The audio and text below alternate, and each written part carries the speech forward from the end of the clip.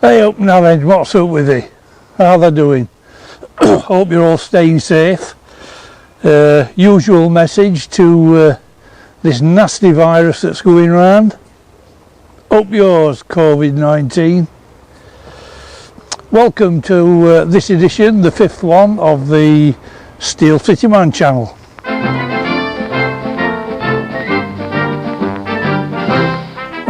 I still love that bit.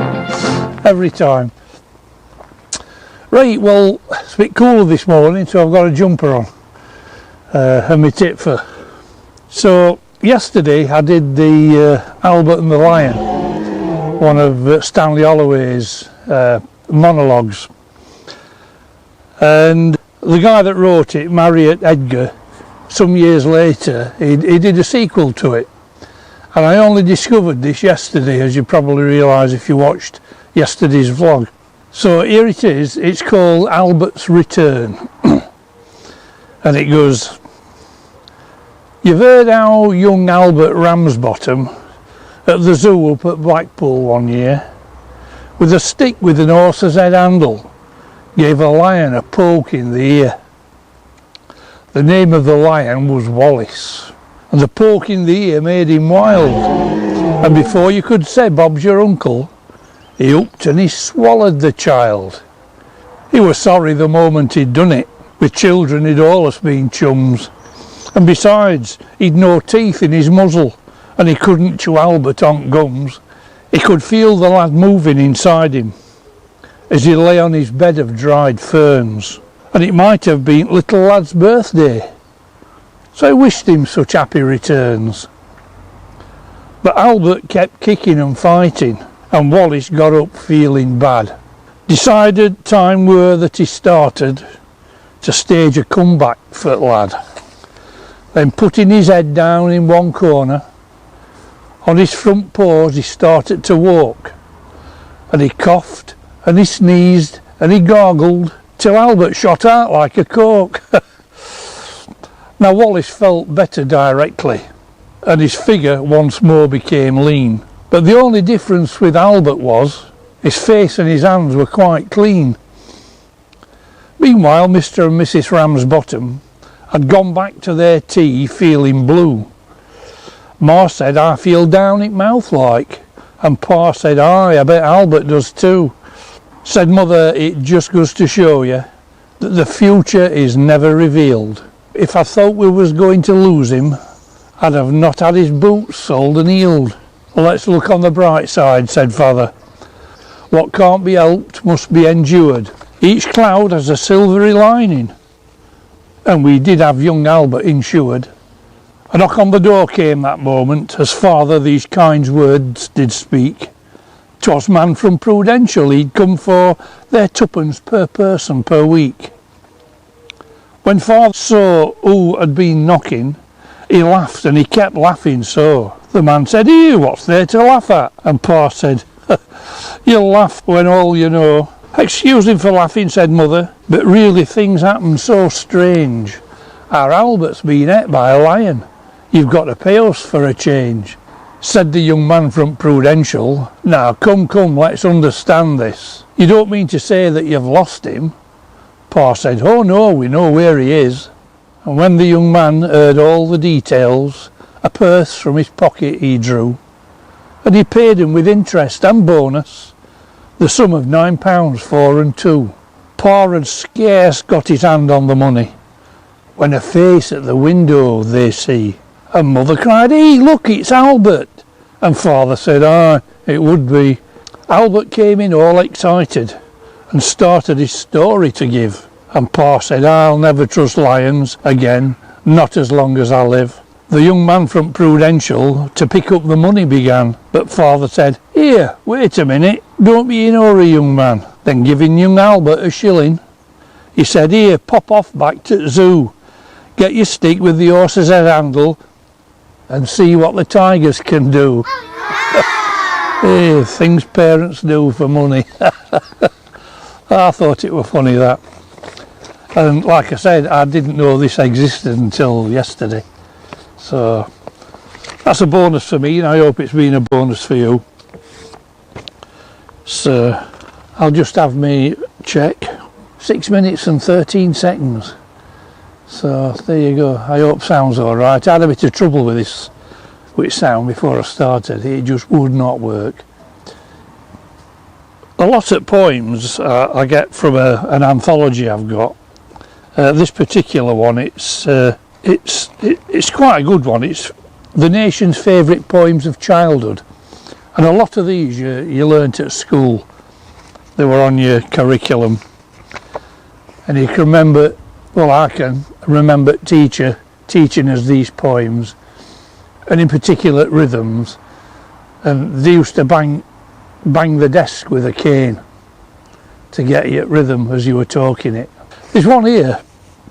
It's a bit long. I might leave this tomorrow. You know, there's lots of sort of jokey rhymes, almost limerick-like. The boy stood on the burning deck, wishing he'd never been born, and his father said, "You wouldn't have if my rubber hadn't torn." Stuff like that. The boy stood on the burning deck with a pocket full of crackers. A spark went up his trouser leg and burnt his kneecap. I've actually found a poem where that comes from. It's called Casabianca. It's quite a dark, sad poem, really. But I don't know, like a lot of people, they make funny things out of bad things. I'll read you that tomorrow. I'll just bookmark that. And just to fill timing, I'll give you a double whammy. This is one we used to learn at school. Though for the life of me I can't remember it. Again, I've got to read it. So, starlings are back. That's first starling I've seen all year on bird feeder looking for nuts. It's no good going on looking for the boy on the burning deck. He's got none. Anyway, excuse that. This one's called Timothy Winters, and it was written by one of UK's most famous poets, Charles Causley. He was born in 1917. I don't know whether he's gone or whether he's still with us. But if he is still with us, thank you, Charles, for this poem. It's called Timothy Winters, and it's about an unfortunate young lad, just at birth at Welfare State, around about 1947 when Welfare State were born. Our glorious National Health Service, which is doing wonders at the moment, and it's called Timothy Winters. Timothy Winters comes to school with eyes as wide as a football pool, ears like bombs and teeth like splinters. A blitz of a boy is Timothy Winters.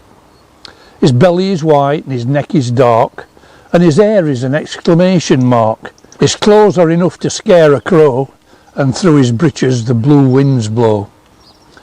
When teacher talks he won't hear a word, and he shoots down dead the arithmetic bird. He licks the patterns off his plate, and he's not even heard of the welfare state. Timothy Winters has bloody feet, and he lives in a house on Suez Street. He sleeps in a sack on the kitchen floor, and they say there aren't boys like him anymore. Old man Winters likes his beer, and his missus ran off with a bombardier. Grandma sits in the grate with a gin, and Timothy's dosed with an aspirin. The welfare worker lies awake, but the law's as tricky as a 10-foot snake. So Timothy Winters drinks his cup and slowly grows on growing up. At morning prayers the master held for children less fortunate than ourselves, and the loudest response in the room is when Timothy Winters roars, "Amen." So come one angel, come on 10. Timothy Winters says Amen. Amen, Amen, Amen, Amen. Timothy Winters, Lord. Amen. Lovely poem. It's good. And that's got a proper rhythm to it. And I can see teacher now banging desk with his cane as we were all reciting it. Happy days? Happy days until maths came and spoilt it all. So I can see where he gets his shoots dead the arithmetic bird. I used to do that. Well, I hope you enjoyed that little double whammy. What have I done now at the moment? 10 minutes. Yeah, I'm going to have to start cutting a bit out of this again. I'll get this edited and get it uploaded as Well, it'll be early hours at morning when it's uploaded, because internet wise we're living in a black hole. I rung up and complained about my router and said I want a new one, and they said, oh, what's your postcode? S35. No, it's not to do with your router, you live in a black hole, mate. So there you go. Anyway, it's going to shape out to be a little bit brighter later on today. Whatever you're doing, stay inside. Don't go out like silly beggars in Sheffield today. The town centre's crowded. It's full of people. Shoppers, there's thousands of people shopping as though there's no tomorrow. Bank holiday, they're only shut for 2 days, goodness me. And people are panic buying again. Don't be so stupid. We'll never beat this virus unless you're staying. Staying meaning your own little, you're alright in your garden. At least I hope I am anyway. So right, well, I'll repeat my message to COVID-19. Up yours. And to good people that are watching, you stay safe, be sensible and look after yourselves. I'll do another one tomorrow with that Cassiabanca poem. The boy stood on the burning deck. I'm sure you remember all them witty ones. Some of them quite ribald, but there you go. Thanks for watching, and like I said, stay safe. Bye for now.